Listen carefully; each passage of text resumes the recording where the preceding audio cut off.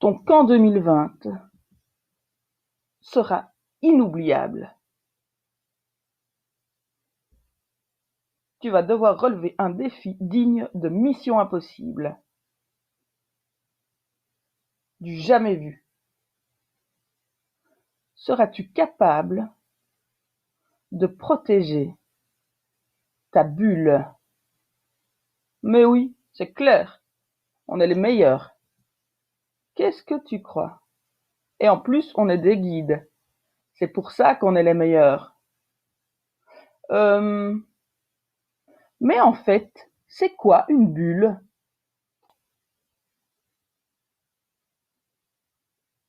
Une bulle est composée des animateurs, des intendants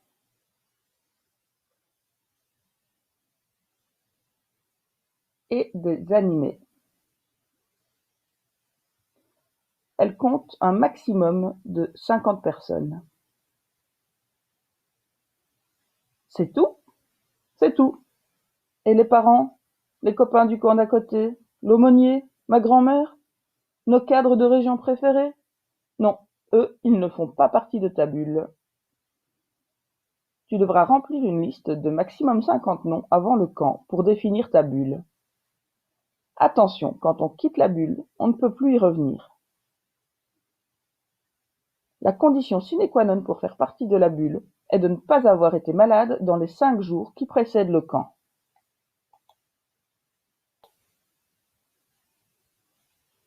Dans la mesure du possible, une bulle sera égale à un endroit de camp.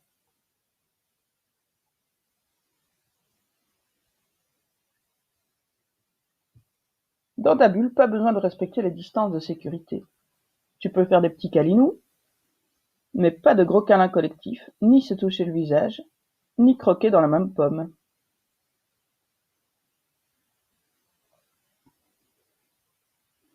Comment protéger ma bulle?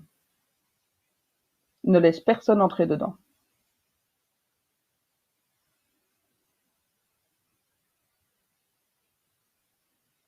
N'entre pas en contact avec d'autres bulles.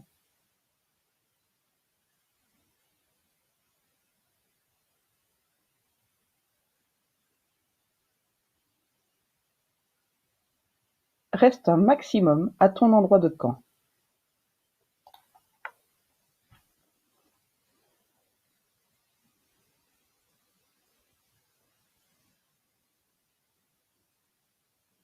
Respecte des mesures d'hygiène strictes.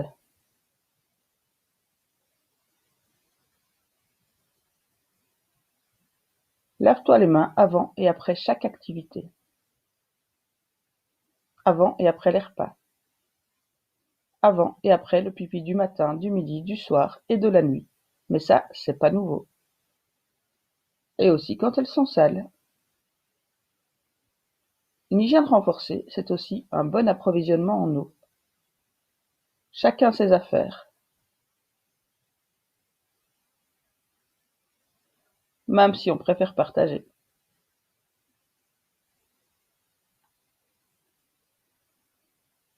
Et des poubelles fermées et évacuées régulièrement. Et si je dois sortir de ma bulle?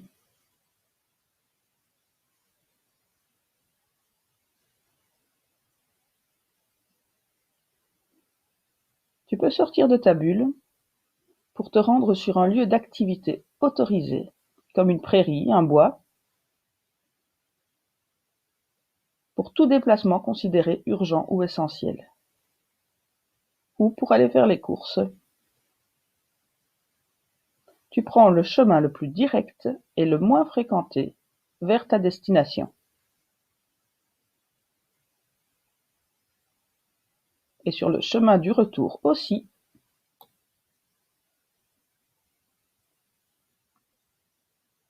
En cas de contact avec des externes, les adultes, les aventures, les horizons et les routes portent un masque.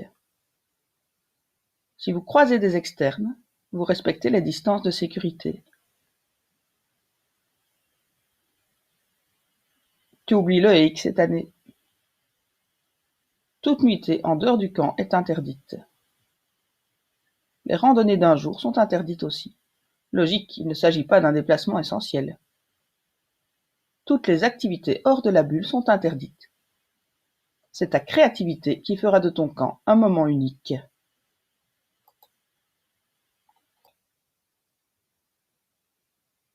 Et les visites alors? Le staff d'unité peut mandater un référent pour chaque camp. Il pourra se rendre à l'endroit de camp, le moins longtemps possible, sans contact avec les animés. Et bien sûr en respectant les mesures de sécurité. Mais alors, pas de barbecue avec les parents? Pas de visite de courtoisie aux copains du camp d'à côté? Pas de visite de mes cadres de région préférés? Non, mais tu laisses entrer les pompiers s'il y a le feu. Et le médecin s'il y a un enfant malade. Mais alors je fais comment en début et en fin de camp? Il faut créer une zone tampon pour accueillir les parents et gérer les questions administratives.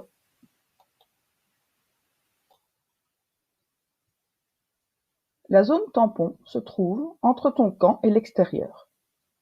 Elle est correctement balisée et désinfectée régulièrement. Toutes les mesures d'hygiène et de distanciation y seront respectées.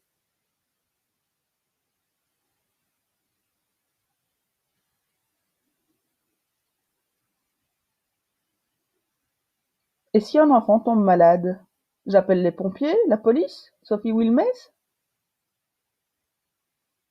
Ne panique pas. Suis le protocole qui t'a été remis avant le camp. Installe l'enfant dans une infirmerie isolée du reste du camp en attendant que ses parents viennent le chercher. Et si tu as besoin d'aide, on est là pour ça. Ton staff d'unité, tes cadres de région, la cellule de crise. Bon camp et ramène-nous plein de photos.